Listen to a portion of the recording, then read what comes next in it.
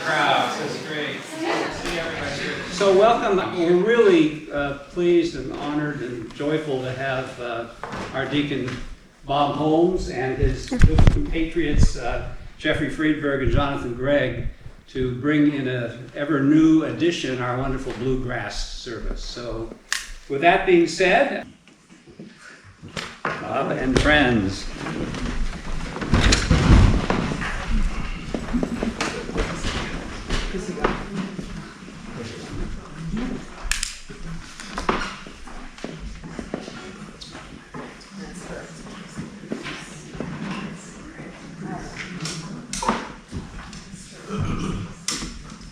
Wow.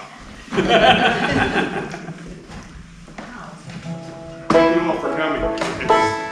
It's a little embarrassing to say this.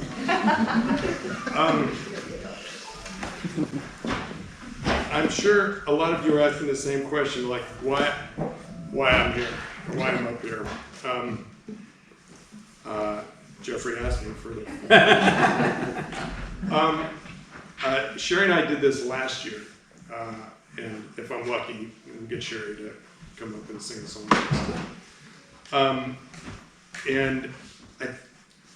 We did a bluegrass service. It was a Zoom last year, it was right in the middle of the Black Lives Matter thing, I think it was. And I couldn't think of anything more inappropriate to do bluegrass music in the middle of the Black Lives Matter thing. The history of bluegrass music is checkered, to say the least. Made by people in the South who were only 1 or 2 steps away from the Ku Klux Klan. And so somehow I had to grapple with that, and I muddled my way through it last year. And when Jeffrey asked me to do it again, I thought maybe this was a more appropriate time to talk about my journey with country music, vis-a-vis how did I start playing country music back in the 70s. I've been playing country music for like 50 years now. And some of the people I've been playing with for all those 50 years. Jonathan is one of them. And how that journey sort of, how did I get from being a snotty-nosed, art student in Rhode Island to becoming the deacon of this church and that church? There's a journey there. And so, the more I started thinking about it, it occurred to me that my journey with country music has sort of followed that journey. And I'll do my best to explain it over the course of the next 4 songs that we do. But the first one we're going to do is a song called Are You Washed in the Blood? Now, I've been playing this song for 50 years, and I learned it in the 70s because at that time I thought it was only a song that was 20 years old, done by the Louvin Brothers, and they did it on an album called Satan is Real, where Charlie and Ira Louvin were literally on the cover of the album, standing on a pile of burning car tires in white suits with the devil leaking behind them. And that sort of hell and brimstone approach to bluegrass and the sort of like cheesy, that was my concept of what gospel music was. It was, and I thought this song was written like a soap commercial or something like that. Are you washed in the blood? And the lyrics are very, but I found out that song is actually from 1868, written from a preacher in Ohio, and it has quite a history, and we'll do everything possible right now to put that history to bed. So here's a song. Are you washed? 1, 2, 3.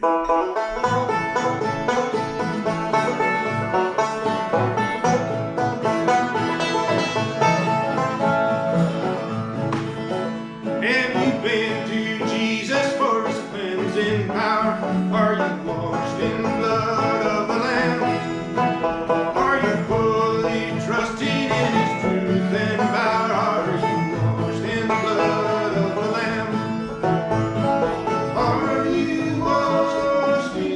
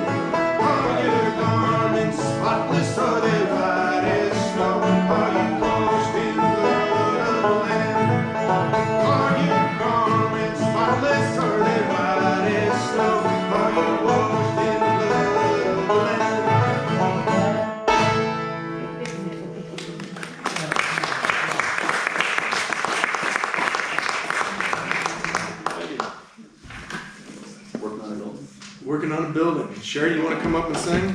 All right, Terry.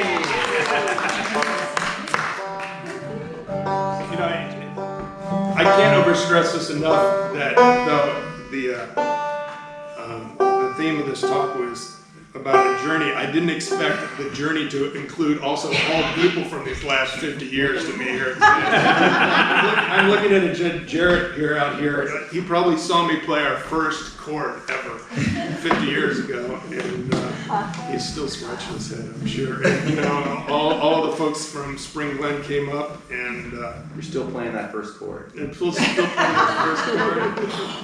I'm seeing people that I see today in church that I figured I wouldn't see in church till I passed away. So Keep breathing, Bob. yeah. All right. So this one's a little number called "Working on a Bill."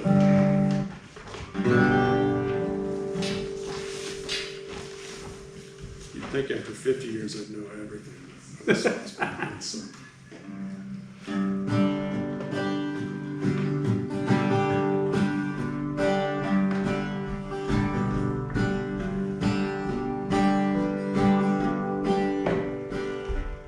Well, if I were a liar,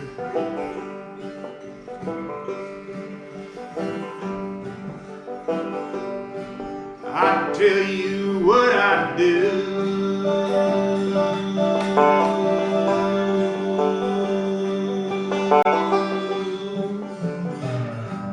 Well, I'd quit my lying and I'd work on building. I'm working on a building. I'm working on a building. I'm working on a building for my Lord, for my Lord. It's the Holy Ghost building. It's the Holy Ghost building. It's the Holy Ghost building for my Lord, for my Lord.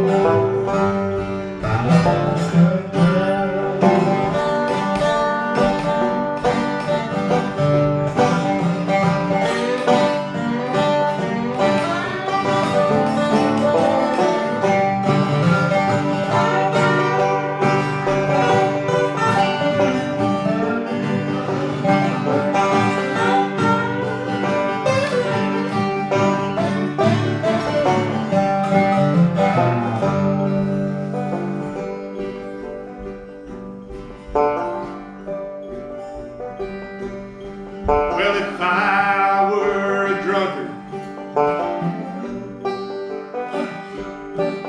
I'd tell you what I'd do. Well, I'd quit my drinking and work on a building too. I'm working on a building. I'm working on a building. I'm working on a building for my Lord, for my Lord. It's the Holy Ghost building. It's the Holy Ghost building. It's the Holy Ghost building for my Lord, for my Lord.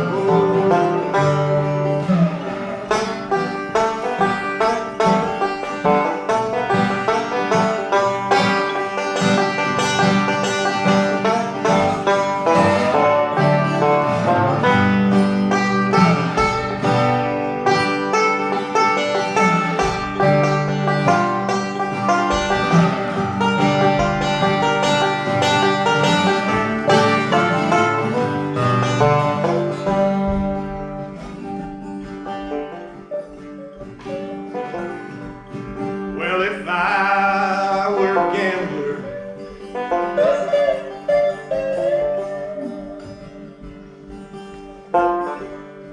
well, I'd tell you what I'd do.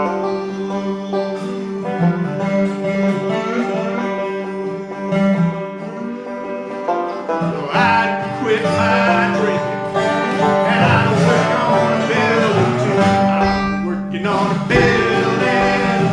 I'm working on a building. I'm working on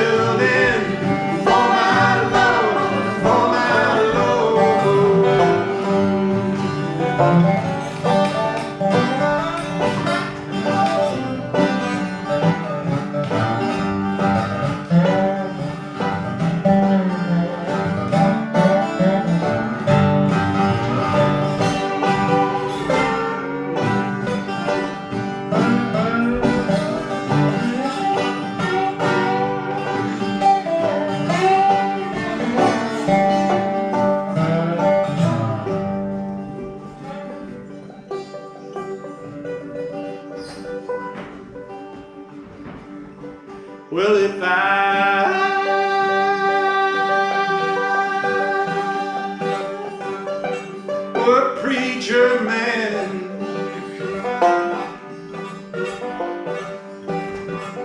I tell you what I do.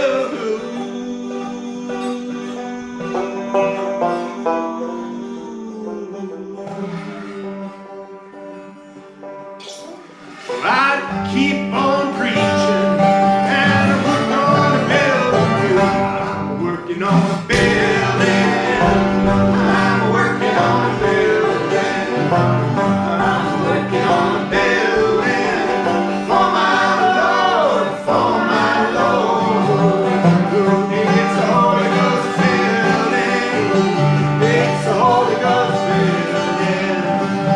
It's a Holy Ghost building for my Lord, for my Lord.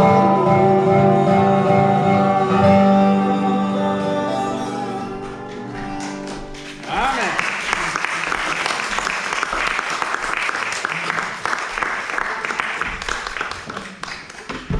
So, as things came to be, the stuff that I thought was actually kind of hokey and jokey and, not for a snotty-nosed art student, as the years went by, it became more and more real. It's like one of those things that, I'm a kid of the 60s. So the first time I heard Glenn Campbell's Wichita Lineman, I just thought it was the biggest piece of schmaltz on the earth. And now here it is 50 years later, and I think it's the best song ever written. It's one of those things that country music is, and bluegrass in particular, is something you grow into. Yeah, you'll notice we're using the same 3 chords on every song. The melodies aren't all that different. But the words actually mean something. And the people doing this music, at first I thought it was just a way for them to panhandle beliefs on a Sunday morning and make a few bucks. But it turned out that it was actually the center of the music. And so if you're a bluegrass band, and there's tons of them around these days, if you play bluegrass and don't play gospel or take gospel music seriously, then you're like a folk act. So you play bluegrass instruments in a way that sounds like, but you're a folk act. If you're a real bluegrass musician, you play gospel music and you take it seriously. And that doesn't mean you have to be Christian to play amazing gospel music, as my friend Jeffrey. No, you're a human? Really? Last I checked. We haven't played together. This is the first time the 3 of us have been together in a year and a half. So we weren't quite sure what was going to happen.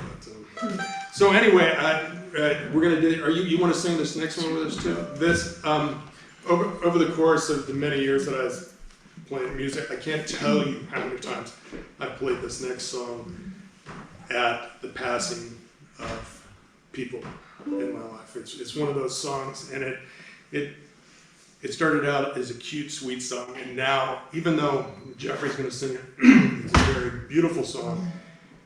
In light, it's very heavy and emotional. So. And plus, Jeffrey's one of the few people I know that actually know all the words to this song. We hope. And if and when you feel the spirit, please join in. Jeffrey's going to start it out. Jeffrey's going to kick it off.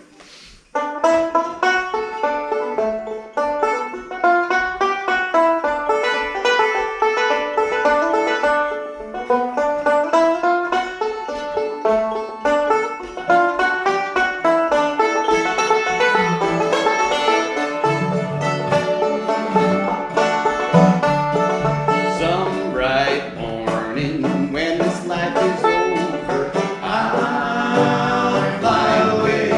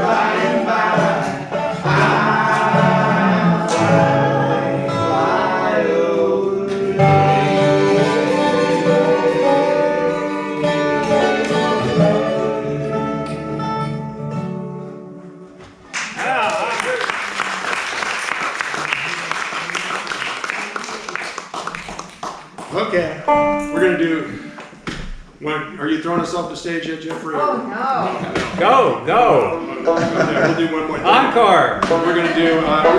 We're gonna close with an instrumental here,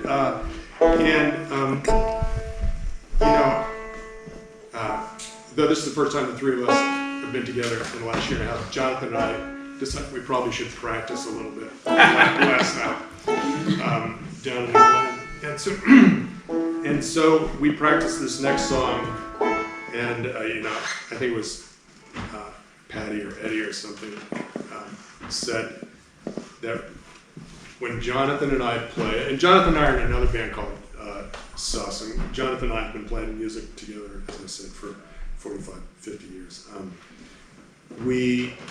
It just takes us to a different place. I mean, we're here in the room, but we're somewhere else, and it's a real joy to have that. And that's sort of like spiritual music. It's in our bluegrass. It's in Sus, where there is a real thing behind the reason that we do it. I mean, we love each other's company, and we do it because we love hanging out and telling stories and playing music together.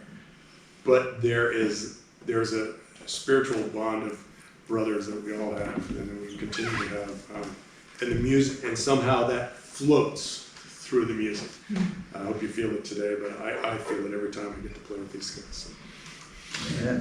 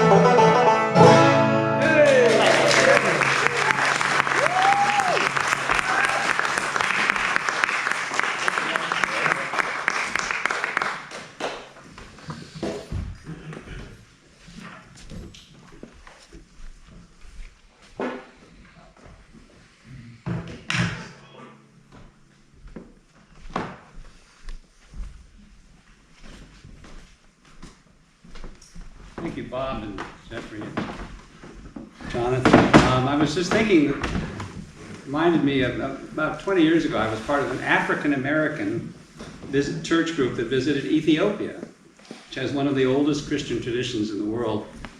What does the Ethiopian worship consist of? Singing the Psalms and dancing. It's a great, great way to worship.